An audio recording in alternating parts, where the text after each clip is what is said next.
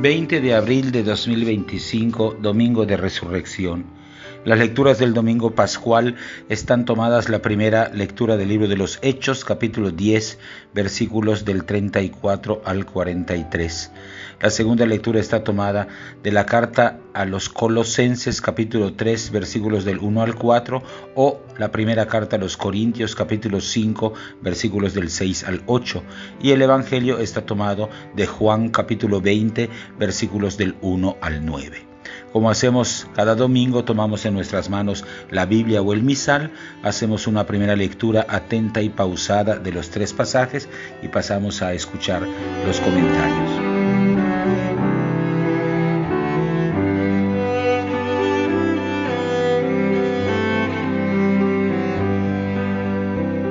La primera lectura está tomada del libro de los Hechos de los Apóstoles, capítulo 10, versículos del 34 al 43.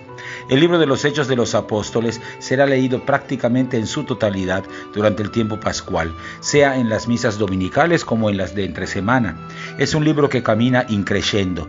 De la comunidad de Jerusalén, capítulos 1 al 5, se dan pasos hacia una iglesia abierta a todos los pueblos, primero con timidez, capítulo del 8 al 10, y después vigorosamente con la predicación de Pablo y sus viajes misioneros que ocupan los últimos capítulos del 11 al 28.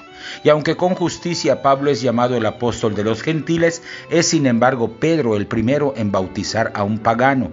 Se trata de Cornelio, un capitán romano, simpatizante del judaísmo, quien recibe una revelación y envía a 3 de sus servidores a la ciudad de Jaffa para ir a buscar a Pedro. Mientras tanto, Pedro a su vez recibirá un mensaje divino a través de un sueño que se repite por 3 veces y que le resulta incomprensible. Terminará comprendiéndolo cuando lleguen a su casa los enviados de Cornelio y él emprende el viaje hacia la casa del capitán romano. El pasaje que hoy escuchamos es precisamente la predicación de Pedro en casa de Cornelio. Está dirigida al oficial romano y a su amplia familia, extendida a algunos amigos suyos queridos. Ante este numeroso grupo, Pedro, después de proclamar que Dios no hace diferencia entre las personas en razón de su origen ni su religión, anuncia a Jesucristo muerto y resucitado. No es la primera vez que el mensaje de Jesús llega a los oídos de un no judío. Basta recordar al eunuco, a quien Felipe bautiza en el capítulo 8, versículos 26 al 40, o la misma conversión de Pablo, que ha ocurrido apenas un capítulo antes. Pero que sea Pedro, el jefe de los apóstoles, el que predique y bautice a un extranjero, marca para el movimiento de Jesús un derrotero nuevo, y nos recuerda también a nosotros hoy que no hay ninguna condición de vida que sea impedimento para que el Evangelio de Jesús sea ofrecido y aceptado.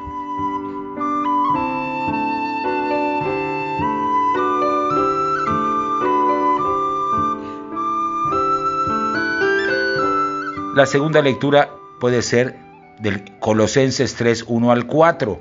La comunidad de Colosas era una comunidad de reciente fundación, habiendo recibido el Evangelio por la predicación de Pablo, llevaba todavía la marca de sus prácticas religiosas y culturales anteriores, una mezcla de penitencias, prohibiciones y creencias extrañas. Pablo quiere colaborar a la maduración de la fe de esta comunidad. Les advierte por eso que quienes han renacido por el bautismo tienen que abrirse a una vida nueva. Muchas de las mortificaciones propias del culto antiguo de los colosenses, con un marcado desprecio por el cuerpo, han de convertirse en un estorbo para el progreso de su fe. Es en este marco que el apóstol ofrece este hermoso pasaje. Es parte de una sección más amplia que abarca de 2:20 hasta el 3:4. De nuevo, como lo hizo en la epístola leída la noche misma de la vigilia pascual, Pablo nos recuerda que estamos muertos con Cristo. Al rechazo a los mandamientos humanos opone ahora la necesidad de buscar los bienes de arriba. Hemos resucitado con Cristo y esto tendría que llevarnos a vivir de una manera distinta, nueva. No es cosa de un futuro incierto y lejano, sino una demanda que brota de nuestra situación de bautizados. La resurrección hay que comenzarla a vivir aquí y ahora. No hay, como a veces se piensa, una evasión al otro mundo en este texto paulino. Es cierto que nuestra vida está escondida con Cristo en Dios y que solamente se revelará cuando Cristo se manifieste al final de los tiempos. Pero también es cierto que Cristo es nuestra vida hoy, no mañana, y que el testimonio de transformación del mundo al que estamos llamados brota de la transformación que en nosotros se ha realizado por el bautismo. pies bien puestos en la tierra y corazón puesto en el cielo. Esta es la doble dimensión de la vida cristiana. Si en cambio se lee como segunda lectura la primera carta a los Corintios, capítulo 5, versículos del 6 al 8, aquí van algunos comentarios. Aunque no es la primera carta que Pablo escribe a los cristianos de Corinto, porque nos ha dicho ya en 5:9 que escribió una antes, sí es la primera que fue conservada y leída en las comunidades, que encontraban su inspiración en la labor misionera de Pablo. A partir del capítulo 5 va a hacer referencia a múltiples problemas de la comunidad. Un problema peculiar es abordado por el apóstol en esta sección 5 del 1 al 13. Es un caso de inmoralidad pública. Un miembro de la comunidad cristiana ha comenzado a convivir con la mujer de su padre, es decir, con su madrastra. Hasta la tradición judía se oponía a este tipo de comportamientos, como señala Levítico 18 del 7 al 8. Así que la situación es delicada. Pablo ha insistido a tiempo y a destiempo en que quienes conforman la comunidad de Jesús han de romper algunos comportamientos heredados de su vida pasada.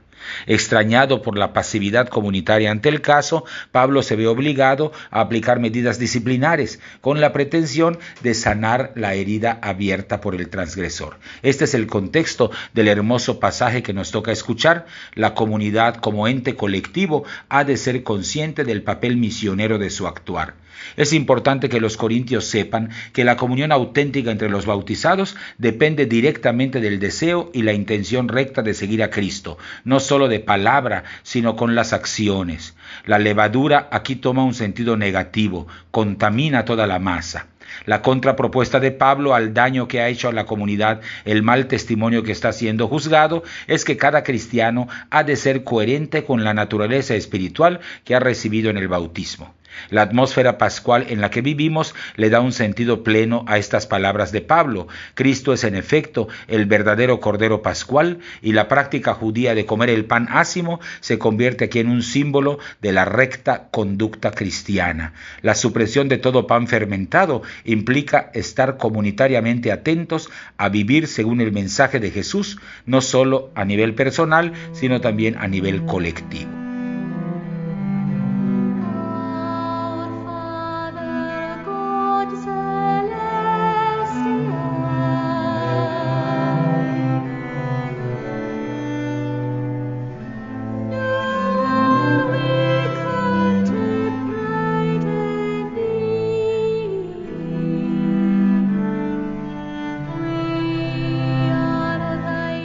El Evangelio está tomado de Juan 20 del 1 al 9.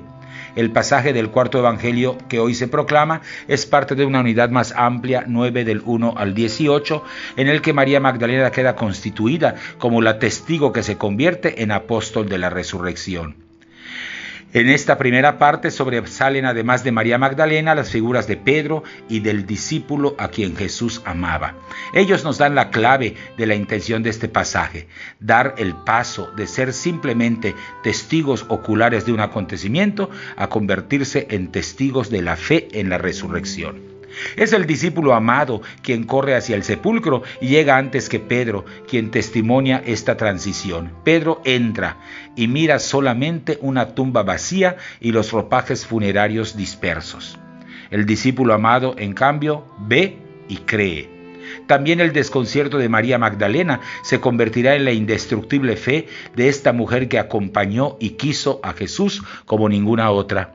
Pero su itinerario de fe pasará por un encuentro personal descrito en la segunda sección que no nos corresponde leer en este domingo. El discípulo amado es, pues, la figura que hoy nos habla desde el Evangelio. Nos invita a dar el salto de la fe, a pasar de ser simples espectadores de un acontecimiento antiguo para convertirnos en personas de fe viva y de fe actuante.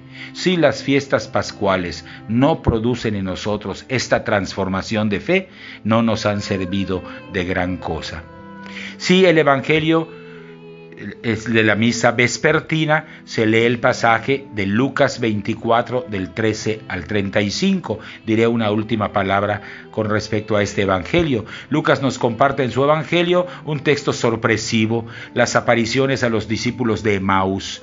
La sorpresa estriba en que las apariciones registradas por casi todos los evangelios son las oficiales, es decir, las que ocurren a los apóstoles. Incluso los relatos de apariciones a las mujeres, los primeros, casi siempre están en referencia a la noticia que aquellas mujeres han de dar a los apóstoles. Lucas, en cambio, nos presenta en esta aparición a dos discípulos que no pertenecen al grupo de los 11. Sabemos que son dos, aunque no sabemos si se trata de dos varones o de una pareja de varón y mujer. De ellos, uno solo, Cleofás, es identificado. Es una preocupación constante de Lucas ampliar el espectro de los testigos, invitándonos a todos a ser testigos.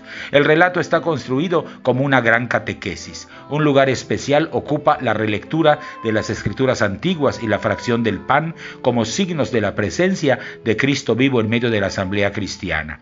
Jesús aparece aquí como un pedagogo experimentado que va llevando a sus interlocutores, rescata a partir del sentimiento inicial de decepción y tristeza la esperanza que llevan escondida en el corazón y les muestra el camino que han de recorrer para llegar a una fe madura en el resucitado.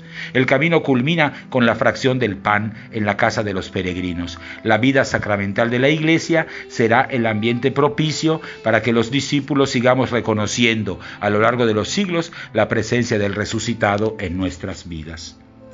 Hasta aquí los comentarios. Volvemos a tomar en nuestras manos nuestra Biblia o nuestro misal.